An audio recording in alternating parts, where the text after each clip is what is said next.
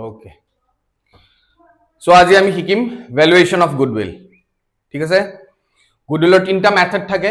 Average profit method super profit method আৰু capitalisation method ঠিক আছে এতিয়া আমি কি কৰিম এই তিনটা মেথডৰ সবতছে আগতে আমি ব্লুপ্ৰিন্টটো বনাই লম যে কি স্টেপ ফলো কৰিব লাগে কোনটো স্টেপ ফলো কৰিলে আমি ফাইনালি গুডউইলটো আমি একুয়াৰ কৰিব পাৰিম বা তাক এসাৰ্টেন কৰিব পাৰিম ডাইৰেক্ট চাই লম ইয়াতে সবতছে ফাৰ্স্ট হল এভাৰেজ প্ৰফিট মেথড মই তিনটাকে সাইড বাই সাইড কৰি কেনে বুজাই দিম পুৰা তাৰ ব্লুপ্ৰিন্টটো বনাই লম তাৰ পিছত সেই ব্লুপ্ৰিন্টটো তুমি যি কোনো সামত এপ্লাই কৰিবা তোমাৰ গুডউইল ধান ওলাই গৈ থাকিব বুজা নাই একদম সহজ এভারেজ প্রফিট মেথডটো হল আটাইতকৈ সহজ ইয়াতে অকল দুটাই step step number 1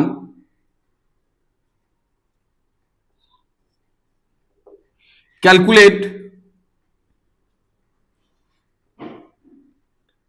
average profit to মই AP বুলি শর্টকাটত লিখি দিছো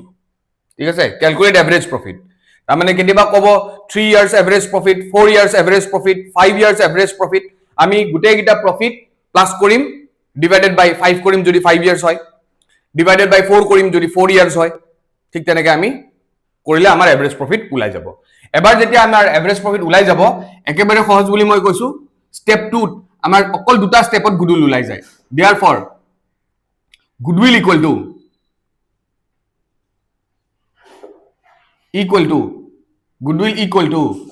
average profit to lom multiplied by years of purchase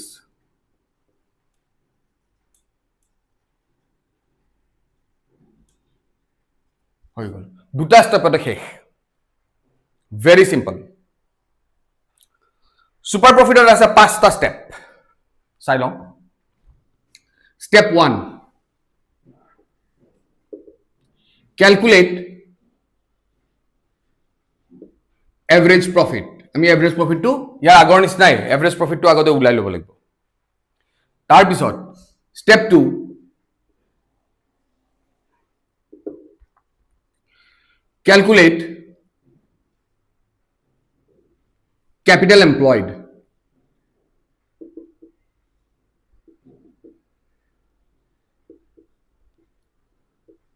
হৈছে এতিয়া ক্যাপিটাল এমপ্লয়েড উলোৱা দুটা মেথড আছে আকৌ এটা সোয়া মেথডৰ ভিতৰত মেথড খুমাই থাকে সেই কাৰণে মানুহে যে একাউন্টখন অলপমান টান পায় এই কাৰণে টান পায় স্টেপৰ ভিতৰত স্টেপ খুমাই থাকে হা প্ৰথমটো একেবাৰে সহজ assets minus external liabilities একেবারে সহজ assets minus external liabilities second method to হবো এটো অলপমান দীঘলীয়া partners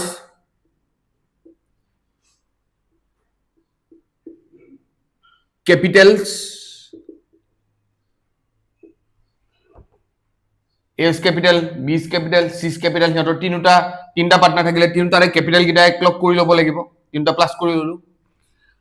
প্লাস যদি question two partners current account আছে তাকু লগত লৈ লব লাগিব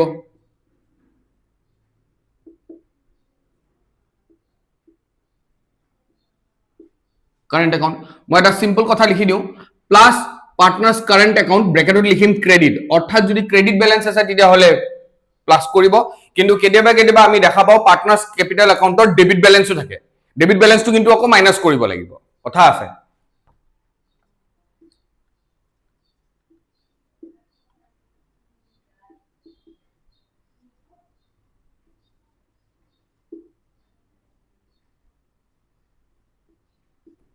হৈছে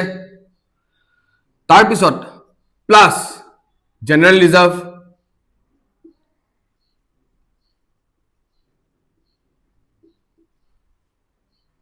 plus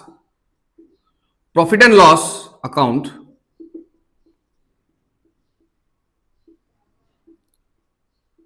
credit balance আৰু minus profit and loss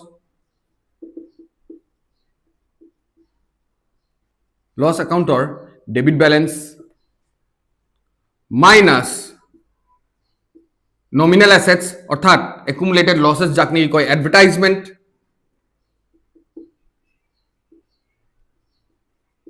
এক্সপেন্সেছ বা এডভাৰটাইজমেণ্ট ছাছপেন্স বুলিও কেতিয়াবা কেতিয়াবা থাকে। ইয়াৰ ফৰ্মুলাটো অলপ দীঘল থাকেতো, ইয়াতকেও বহুতখিনি বস্তু, বাট ফৰ ক্লাছ 12 CBSE জনে বৰ্ডছ এক্সামিনেশ্যন দিব, তাৰ কাৰণে ইমানখিনি জানিলে সাফিচিয়েণ্ট আছে। তো এই পদ্ধতি এতিয়া ডিপেণ্ড কৰে যে কুৱেশ্যনটোত কি ধৰণৰ ইনফৰমেশ্যন দিয়া আছে। যদি কুৱেশ্যনটোত এছেট আৰু লাইবিলিটিৰ ইনফৰমেশ্যন দিয়া আছে, তেতিয়াহ'লে এছেট মাইনাছ লাইবিলিটি কৰিলেও মোৰ কেপিটেল এমপ্লয়েড পাই যাম। আৰু যদি কুৱেশ্যনটোত এছেট লাইবিলিটিৰ ইনফৰমেশ্যন নিদি এনেকুৱা ধৰণৰ মাল্টিপল ইনফৰমেশ্যন দিয়া আছে, A's capital account, B's capital account, A's current account, B's current account, general reserve দিয়া আছে, প্ৰফিট এণ্ড লছ বেলেঞ্চেছ দিয়া আছে, ডেবিট বেলেঞ্চ হ'ব পাৰে, ক্ৰেডিট বেলেঞ্চো হ'ব পাৰে, হা, এডভাৰটাইজমেণ্ট ছাছপেন্স দিয়া আছে, তেতিয়া আমি এই গোটেই লিষ্টখন এইখন মুখস্থ কৰি ল'ব লাগিব। তো এইখিনি কৰিলেও আমাৰ কেপিটেল এমপ্লয়েড ওলাই যাব। এবাৰ যেতিয়া আমি ষ্টেপ 2ত কেপিটেল এমপ্লয়েড ওলাই ল'লো, তাৰপিছত আমাৰ হৈ যাব ষ্টেপ নাম্বাৰ 3। ষ্টেপ নাম্বাৰ 3ত আমি ওলাও নৰ্মেল প্ৰফিট। নৰ্মেল প্ৰফিট হ'ল capital employed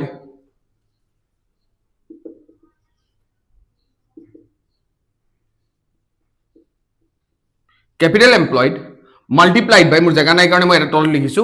capital employed multiplied বাই মাৰ্কেট ৰেট বা ফেয়াৰ ৰেট বুলিও তাক কয়, ফেয়াৰ ৰেট অফ ৰিটাৰ্ণ বা মাৰ্কেট ৰেট অফ ৰিটাৰ্ণ। মই যিকোনো এটা নাম লিখিম ইয়াতে, মাৰ্কেট ৰেট অফ ৰিটাৰ্ণ বুলিয়ে লিখো। মাৰ্কেট ৰেট ডিভাইডেড বাই 100। মাৰ্কেট ৰেটটো তোমাক 12%, 15%, 10% দিয়া থাকিব কোৱেশ্যনত। জাষ্ট কেপিটেল এমপ্লয়েডটো যদি তুমি ওলাব পাৰিছা, তেতিয়া কেপিটেল এমপ্লয়েডৰ লগত মাৰ্কেট ৰেটটো মাল্টিপ্লাই কৰি দিলে হ'ল। কেপিটেল এমপ্লয়েড সে ফৰ এক্সাম্পল 2 লাখ টকা ওলালে, মাৰ্কেট ৰেট দিয়া আছে কিবা 10%, তেতিয়াহ'লে 2 লাখ টকা মাল্টিপ্লাইড বাই 10% কৰিলে ওলাই যাব 10,000 টকা, 20,000 টকা, সৰি। ঠিক আছে, এবাৰ নৰ্মেল প্ৰফিট ওলাই গ'ল, তাৰপিছত আমি পাই যাম ষ্টেপ 4। ষ্টেপ 4ত আমি ওলাব লাগে সুপাৰ প্ৰফিট। সুপাৰ প্ৰফিট একদম সহজ। সুপাৰ প্ৰফিট মানে হ'ল average profit AP minus NP, অৰ্থাৎ নৰ্মেল প্ৰফিট। এভাৰেজ প্ৰফিট হ'ল সেইটো যোনটো ষ্টেপ 1ত তুমি ওলাইছিলা, আৰু নৰ্মেল প্ৰফিট মানে হ'ল এই যোনটো ষ্টেপ 3ত ওলাইছে। Average profit minus normal profit is equal to super profit. তো আমি আহি গ'লো এতিয়া সুপাৰ প্ৰফিট মেথডত আহি গ'লো। তাৰপিছত ষ্টেপ 5ত আমাৰ গুডউইল ওলাই যাব। Step 5, therefore goodwill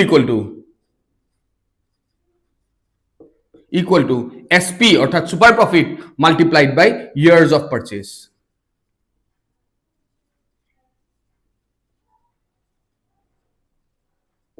that's it. এইটো হল সুপার প্রফিট মেথড। হল দুটা মেথড শিকাই দিলো। এইটো হল ব্লু প্ৰিণ্টটো। তাৰপিছত বিভিন্ন ধৰণৰ আমি সাম প্ৰেক্টিস কৰিলে আমাৰ প্ৰেক্টিসটো ভাল হ'ব আৰু বিভিন্ন ধৰণৰ সাম আমি শিকিব পাৰিম। নেক্সট আহি গ'ল ক্যাপিটাল এমপ্লয়েড, সৰি ক্যাপিটালাইজেশন মেথড। ক্যাপিটালাইজেশন মেথডৰ আকৌ আমি জানিব লাগিব যে দুটা আছে, এটা আৰু দুটা। ঠিক আছে, এটাৰ নাম হল ক্যাপিটালাইজেশন অফ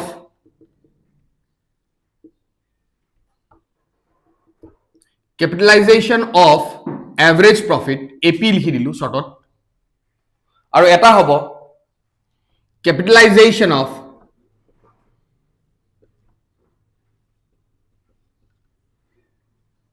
এসপি অৰ্থাৎ সুপাৰ প্ৰফিট।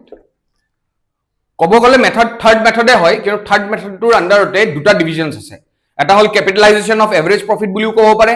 আৰু কোৱেশ্যনত কেতিয়াবা find the goodwill by capitalization of super profit বুলিও কব পাৰে, দুটা কব পাৰে। ঠিক আছে, এইখিনি তোমালোকৰ যদি লিখা হৈছে, মই এতিয়া সেই দুটা মেথডক এক্সপ্লেইন কৰো। মই এইখিনি অলপ মুছি দিম। যাৰ যাৰ লিখা হৈ গৈছে সিহঁতে এইখিনি নোট ডাউন কৰিব পাৰে। মই অলপ মুছি পেলাই সেইটোক তাৰমানে এতিয়া বহলাই দিম, হ'ব?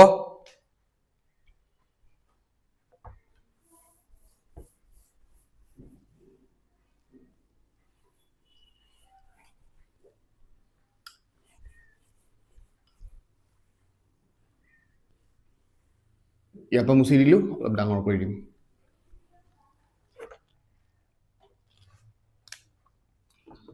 সো আমি ক'ত আহিলো? Capitalization method.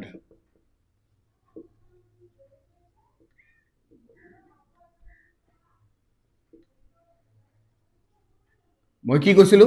ক্যাপিটালাইজেশনৰ ভিতৰতেই আকৌ দুটা সাব মেথড থাকে কেতিয়াবা ক'ব পাৰে find the goodwill by capitalization of average profits আৰু কেতিয়াবা হয়তো ক'ব পাৰে find the goodwill by capitalization of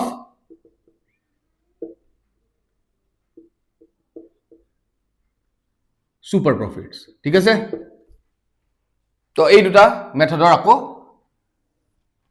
আমি ব্লুপ্ৰিন্ট দুটা জানি লওঁ ঠিক আছে ইয়াতে চাৰিটা স্টেপ স্টেপ 1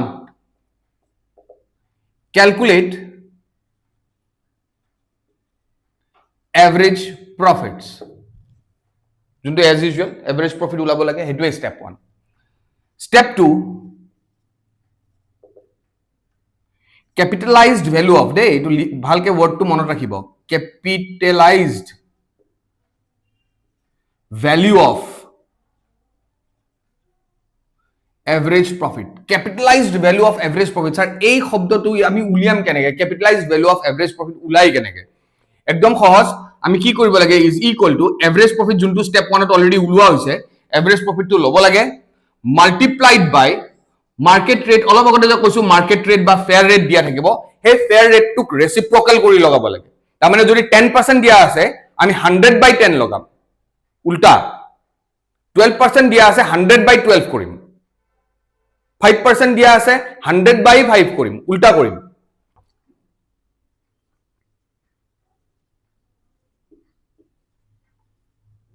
market rate ঠিক আছে তেহেতু যদি কৰো আমি কি পাই যাম capitalized value of average profit পাই যাম ঠিক তাৰ পিছত আহি গল step 3 as usual অলপ আগতে মই কৰা আছে হেতু হল calculate capital employed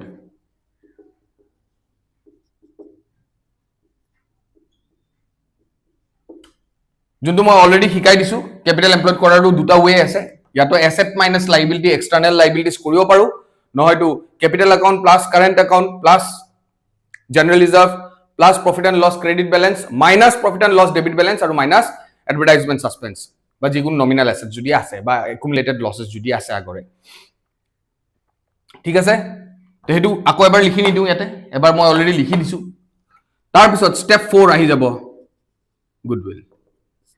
Therefore, goodwill equal to capitalized value of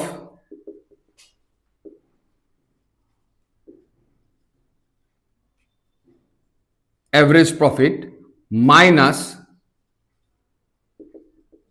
capital employed. অর্থাৎ step 3 simple ভাষাত ক'বলৈ গলে step 2 minus step 3 বাস এটো কৰিলে যোনটো আনসাৰ ওলাব হেতুৱে গুডউইল এটা ক্যাপিটালাইজেশন অফ সুপাৰ প্ৰফিটছত কি কৰিব লাগে ইয়াতে আকৌ পাঁচটা স্টেপ আছে step 1 calculate average profit step 2 calculate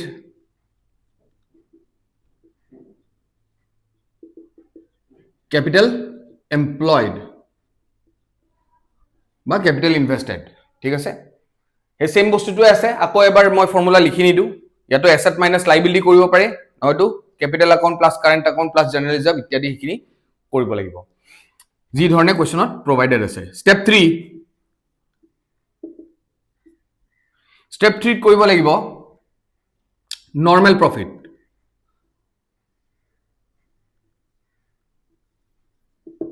normal profit মানে হল capital employed to এই মাত্ৰ যোনটো উলালে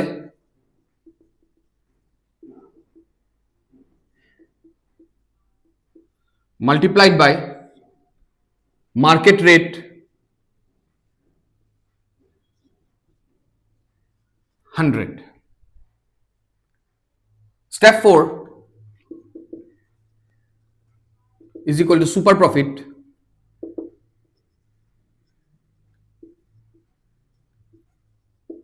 যোনটো হল average profit minus normal profit আমি যদি মিলাই চাব যাওঁ অলপ আগতে কৰা যোনটো সুপাৰ প্ৰফিট মেথড আছিলে সেই সুপাৰ প্ৰফিট মেথডৰ লগত capitalization of super profit exactly similarity আছে exactly মিলে up to step 4 লৈকে step 4 লৈকে exact মিলে তাতেও সুপাৰ প্ৰফিট আগতে উলিয়াই লব লাগে ইয়াতেও capitalization of super profit বুলি কলেও ইয়াতেও আগতে সুপাৰ প্ৰফিটটো উলাই লব লাগে step 1 2 3 4 exactly identical হয় সেমে কৰিব লাগে খালি লাস্ট step 5 ত যেতিয়া গুডউইল টো উলাই তেতিয়া খালি সেই মেথডটো সুপাৰ প্ৰফিট মেথড আৰু capitalization of super profit মেথডত লাস্ট পইণ্টত খালি ডিফাৰেন্স আহে ইয়াতে আমি কি কৰিব লাগে therefore goodwill equal to super profit sp বুলি লিখিলো শর্টকাটত super profit into 100 by market rate that's it আগতে আমি কি কৰিছিলো goodwill equal to super profit into years of purchase কৰিছিলো যোনটো actual super profit method আছিলে আৰু capitalization of super profit methodত খালি last point আমি কি কৰো super profitক আমি market rateৰ reciprocal দি multiply কৰি দিও market rate টো মই আগতেও কৈছো কোৱেশ্চনত দিয়া থাকিব